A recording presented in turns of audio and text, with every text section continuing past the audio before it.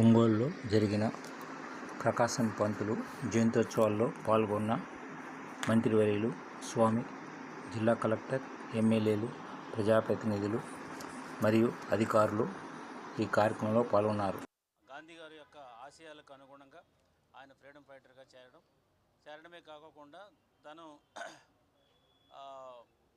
ఈరోజు కూడా మనకి ఆయన ఇంటి పేరుతో ఆంధ్ర కేసరిగా గుర్తింపు పోవడానికి కారణం ఏంటంటే సైమన్ కమిషన్ వచ్చినప్పుడు అక్కడ సైమన్ కమిషన్కి సంబంధించి వ్యతిరేకంగా ఉన్న వాళ్ళని కాల్చి చంపినప్పుడు ఆ శవం దగ్గర కూడా ఎవరు వెళ్ళలేని పరిస్థితిలో ఉంటే వారు ఇక్కడి నుంచి మెడ్రాస్ వెళ్ళి అక్కడ ఆ శవం దగ్గరికి వెళ్తే నువ్వు వచ్చావంటే నేను కాలుస్తామని చెప్పేసి చుట్టూ బ్రిటిష్ వాళ్ళు అన్నప్పటికీ కూడా కాల్చుకోండి అని చెప్పి రొమ్ము చాచి తన ముందుకెళ్ళి అక్కడికి వెళ్ళినటువంటి వ్యక్తి.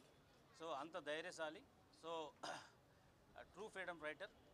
వారు మన జిల్లాలో జన్మించడం, వారి పేరు పెట్టడం అనేది మనకు గర్వకారణంగా ఫీల్ అవుతున్నాం. జిల్లాలో పుట్టి ప్రకాశం జిల్లాలోని వినోదరాయనపాలెం, కరవాది, అదేవిధంగా టంగుటూరు, ఒల్లూరు, ఒంగోలులో అత్యంత అనుభవం ఉన్నటువంటి అవినాభావ సంబంధం ఉండి స్వాతంత్ర ఉద్యమంలో కానీ దేశభక్తిలో కానీ తన యొక్క ఉనికిని చాటుకోవడం జరిగింది.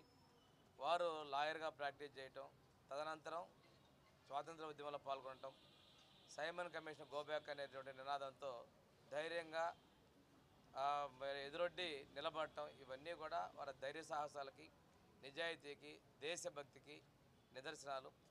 అటువంటి వ్యక్తి పేరుతో ఆ రోజు మన రాష్ట్రానికి కూడా ఉమ్మడి మద్రాసు రాష్ట్రంలో ముఖ్యమంత్రిగా, మన రాష్ట్రానికి కూడా ముఖ్యమంత్రిగా చేయటం, వారి పేరు మీద ఈ ప్రకాశం జిల్లా ఏర్పడటం అనేది చాలా సంతోషదాయకం.